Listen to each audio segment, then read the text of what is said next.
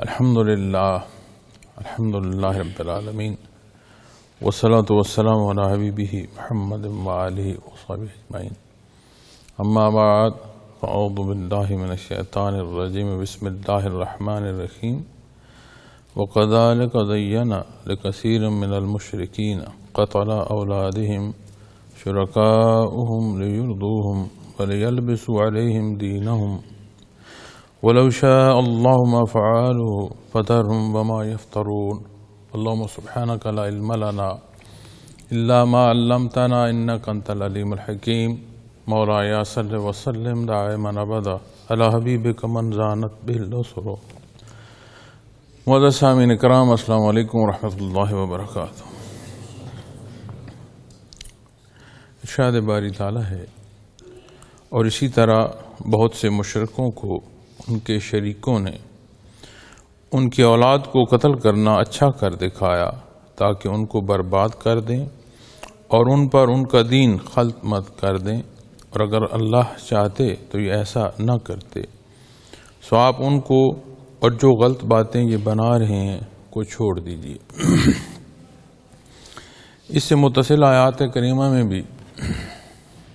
مشرکین کے شرک کا تذکرہ اور رسم و رواجات بیان فرمائے گئے ہیں. اسی طرح یہاں جو فرمایا گیا ہے کہ وَكَذَلِكَ زَيَّنَ لِكَثِيرٍ مِّنَ الْمُشْرِكِينَ قَتْلَ أَوْلَادِهِمْ، کہ جو انہوں نے اللہ کریم کے شریک ٹھہرا رکھے تھے، اور یہ شرک ان کو اس حد تک پہنچانے کا سبب بنا کہ وہ اپنی اولاد کو قتل کرنا جو ہے وہ انہیں اچھا لگا. مشرکین کی تاریخ قدیم سے لے کر قریب تک، اور ماضی قریب اس لیے کہا کہ آج ایک رابطہ پوری دنیا کا اتنا تیز ہے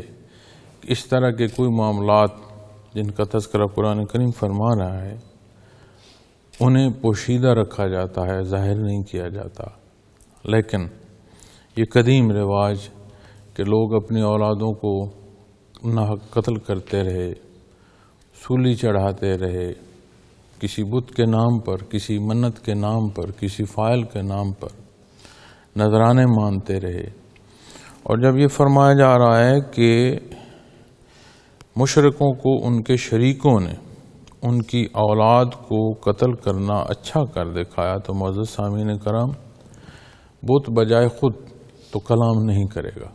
نہ کرتا ہے، نہ اس کے اندر استعداد ہے. اس شیطنت میں جو غرق ہو گیا اس کی رہنمائی پھر شیطان کر رہا ہے. وہ برائی جو ایک حدوں سے بڑھ جائے وہ پھر برائی اپنے اثرات ظاہر کرتی ہے. حضرت ابراہیم علیہ السلام کے واقعہ مبارک میں جب جھولا دے کر آگ کی طرف آپ علیہ السلام کو پھینکنے کی بات آتی ہے تو اس میں یہ بھی ملتا ہے کہ شیطان نے ان کو یہ طریقہ سکھلایا. اسی طرح غزوہ بدر میں جب مشرکین مکہ بدر کو جا رہے تھے اور اسی صلاح مشورے میں تھے، کچھ کی آراء تھی کہ قافلہ نکل آیا ہے، جنگ کی ضرورت نہیں. کچھ اس رائے کے حامی تھے کہ نہیں، موقع ہے، تو آج ساری جو سبب ہے ساری ہماری مخالفت کا، اسے ختم کرنے کا موقع ہے. تو نعوذ باللہ نبی کریم صلی اللہ علیہ وسلم اور آپ کے صحابہ کرام رضوان اللہ علیہم اجمعین کو ہم اپنی اس قوت بازو سے آج تہ تیگ کر دیں گے. تو ایک مکہ مکرمہ کے قریب و جوار کا سردار جو فن حرب میں بڑی مہارت رکھتا تھا اور مشہور تھا، تو اس نے بھی آ کر جو رائے دی وہ یہی تھی کہ جنگ میں جانا چاہیے اور آج موقع ہے، اور اس نے بھی جوش چلایا. اب جب جنگ شروع ہوئی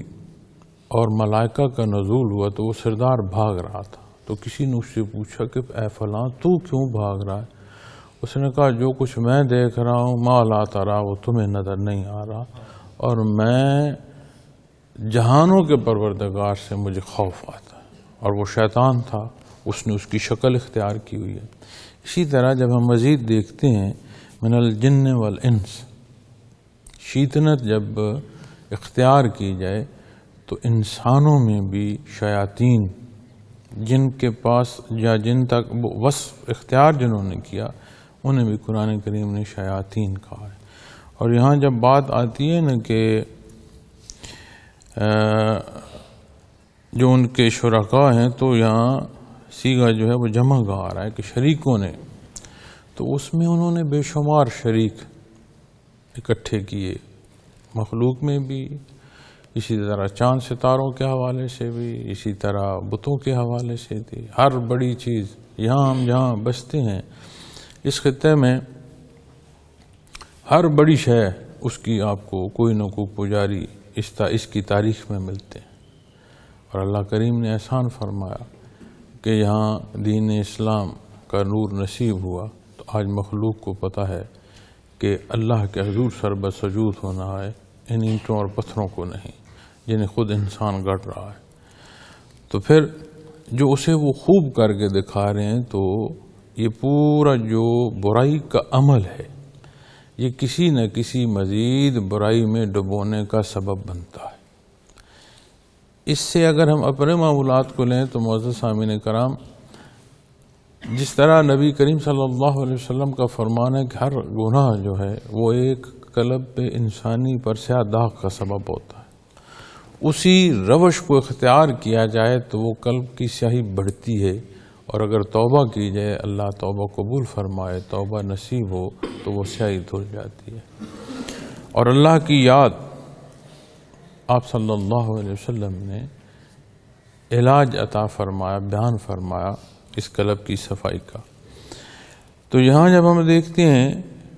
تو یہاں بھی جو اس طرح کے نذرانے ہیں قتل کرنے کے مخلوق کو، غلاموں کو، اپنے عزیز و اقارب کو، حتیٰ یہاں تو اولاد کی بات ہے تو بیوی کا ستی ہونا ایک مذہبی جو ہے وہ تھا، رواج تھا ہندوازم میں کہ کوئی خاوند جب کسی خاتون کا مر جاتا تو اسے جہاں جلاتے ساتھ زندہ اس کی بیوی کو بھی جلا دیتے۔ تو یہاں ہوتا رہا ہے، کوئی ایسا نہیں ہے کہ یہ بات مبہم ہے یا کسی کو معلوم نہیں، اس کی تو بیوی ہے، کسی کی تو اولاد تھی نہیں۔ تو پھر سمجھ آتی ہے بات کہ برائی جب حد سے بڑھتی ہے تو پھر وہ مزید برائی میں دھکیلنے کا سبب بنتی ہے، اور وہ برائی اچھی لگتی ہے۔ برائی اچھی لگنا اور برائی کا ہضم ہو جانا بہت بڑی بدبختی ہے، اس لیے کہ وہ مزید برائی کا سبب بنے گا اور مزید آخرت کو جو عذاب ہے وہ بڑھے گا، مزید سزا کا مستحق جو ہے وہ ٹھہرایا جائے گا۔ تو فرمایا کہ اولاد کو قتل کرنا اچھا کر دکھایا۔ اب یہ عمل کتنا ظلم ہے، کتنی زیادتی ہے، لیکن اس ظلم اور زیادتی کو وہ اچھا جان رہا ہے۔ پھر فرمایا سبب تاکہ ان کو برباد کر دیں۔ سمجھ آتی ہے کہ برائی سے جو بربادی ہے اس کی ابتدا یہیں سے شروع ہو جاتی ہے۔ ایمان بالآخرہ، آخرت کے حساب کتاب پر ہماری رہنمائی فرماتا ہے، لیکن جس کا ایمان بالآخرہ نہیں ہے اور وہ برائی میں ہے، اسے دنیا کی زندگی ہی یہ نشانی دے دے گی کہ یہیں سے اس کی تکالیف اور اس کے لیے وہ بربادی جو ہر پہلو سے اس کے لیے ہے اس کی ابتدا ہو جائے گی۔ ہم دیکھتے ہیں کہ لوگوں کے پاس بڑے بڑے عہدے ہیں، وہی لوگ جو ان کی خدمات پر مامور ہوتے ہیں ان کو اتنا برا بلا کہہ رہے ہوتے ہیں، انہی کے نام بزم میں اس طرح لیے جا رہے ہوتے ہیں کہ اس سے بہتر تھا کہ اس بڑے عہدے پر نہ ہوتے۔ تو عزت کا معیار جب اپنی ذات پر رکھ کر کیا جائے گا تو پھر ایک وہ غلاف ہوگا، گرد اندھا پن ہوگا جس سے حقائق نظر نہیں آئے گی۔ عزت و ذلت کا معیار جب وہ ہوگا جو قرآن حکیم بیان فرما رہا ہے تو پھر وہ ایسا ہوگا کہ جس میں واقعتاً عزت بھی ہوگی اور اس عزت کے پہلوؤں سے مزید استفادہ ہوگا، اور فرمایا کہ ان کو برباد کر دیں۔ اب یہ بربادی یہاں رکتی نہیں، اس عمل پر نتیجہ مرتب ہوگا، اور جب بات نتائج کی آئے گی تو معزز سامعین کرام، جب غوطہ آیا تھا نا شیطان کو، اس نے کہا تھا کہ میں موسیٰ و ہارون علیہ السلام کہ خدا کو ایسا مانتا ہوں جیسا یہ مجھے کہتے ہیں ماننے کو۔ تو جب حقائق کھلتے ہیں تو پھر بات اور ہو جاتی ہے، تو پھر وہ بربادی جو ابدل آباد ہے، اللہ کریم معاف فرمائے، اور ایمان کی یہ حرارت نصیب ہو کہ نتائج آج ہمیں اپنا ہر عمل اختیار کرنے سے پہلے نظر آئیں، محسوس ہوں۔ تو یہ بربادی یہاں رکتی نہیں، وَلَيَلْبِسُوا عَلَيْهِمْ دِينَهُمْ، کہ ان پر ان کا دین خلط ملط کر دیں۔ کتنی ہی ایسی آج ڈاکومنٹریز ملتی ہیں جن میں ان قبائل کو دکھایا جاتا ہے جو آج اس جدت میں بھی جنگلوں میں رہ رہے ہیں، اور کتنی تاریخ ڈاکومنٹریز میں ملتی ہے، تحریر میں ملتی ہے، کیمرے کی آنکھ سے دکھائی جاتی ہے، اور جہاں ان قبائل کے رسم و رواجات دکھائے جا رہے ہوتے ہیں، ایک بات ہر قبیلے کے ساتھ آپ کو میسر آئے گی کہ وہ کسی نہ کسی کی عبادت کر رہے ہوں گے، کسی نے کسی درخت کو معبود بنا رکھا ہوگا، کسی نے فرد کو، کسی نے چاند ستاروں کو، تو دریاؤں کو، سمندر کو، تو کوئی نہ کوئی انہوں نے معبود بنا رکھا ہوگا۔ اب کس نے ہر ایک کو اور ہر قبیلے کو اور ہر زمانے کے ہر فرد کو جا کر کہا کہ تم نے ضرور ایک معبود رکھنا؟ تو سمجھ آتی ہے کہ تخلیق انسانی جسے قرآن کریم عبادت ارشاد فرماتا ہے،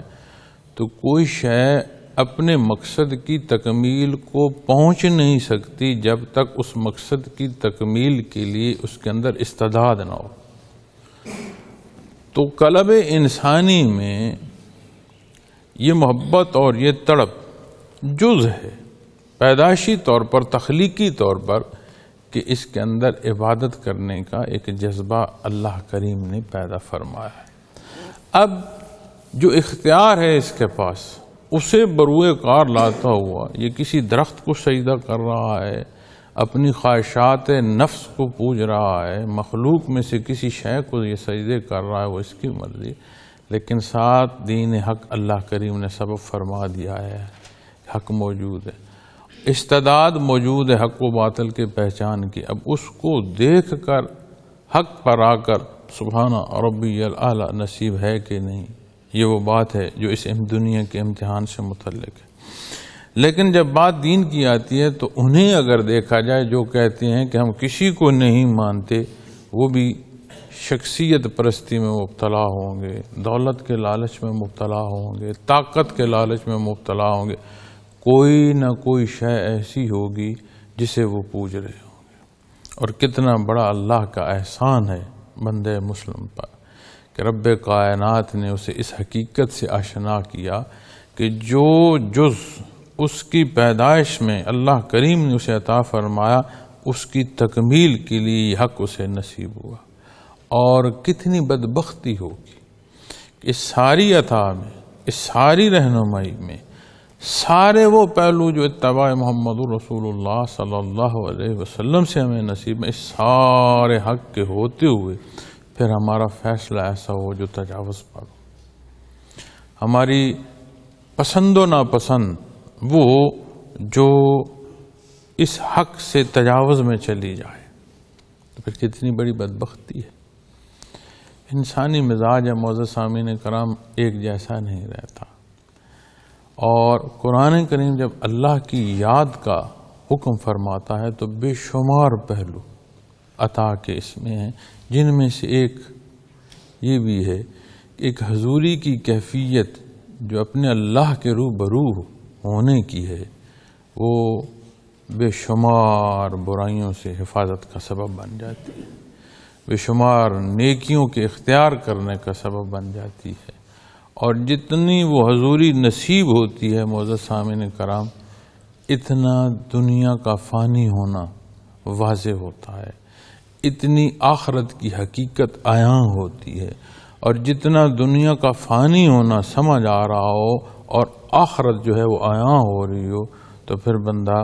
اپنے اعمال کو ضرور دیکھتا چلا جاتا ہے، وہ نیت تک رہتا ہے، نیت کے صالح ہونے کو دیکھتا ہے، پھر عمل کے اختیار کرنے کو دیکھتا ہے، پھر اختیار کرنے کے بعد مخلوق پر اس کا احسان نہیں ہوتا، وہ اپنے اللہ کی رضا کے لیے کر رہا ہوتا ہے۔ اور پھر قرآن کریم جب اللہ کی یاد کو صبح و شام سے منسلک فرماتا ہے، ایک اگر آپ اس 24 گھنٹے کو دو بنیادی حصوں میں تقسیم کریں تو ایک حصہ رات کا ہے اور ایک حصہ دن کا ہے۔ صبح و شام کی جب بات آتی ہے تو صبح و شام میں ایک کی انتہا ہے اور ایک کی ابتدا، اسی طرح شام میں ایک کی انتہا ہے اور ایک کی ابتدا ہے۔ اب دونوں انتہاؤں میں ایک حصہ آرام کا ہے، ایک حصہ کام کا ہے، دونوں کی ابتدا و انتہا میں جب اللہ جل شانہ کی یاد نصیب ہوتی ہے تو پھر آپ دیکھیں کہ وہ کیسے خوش بخت وقت ہوگا جو گزارنا نصیب ہوگا۔ پھر جب بات آتی ہے صبح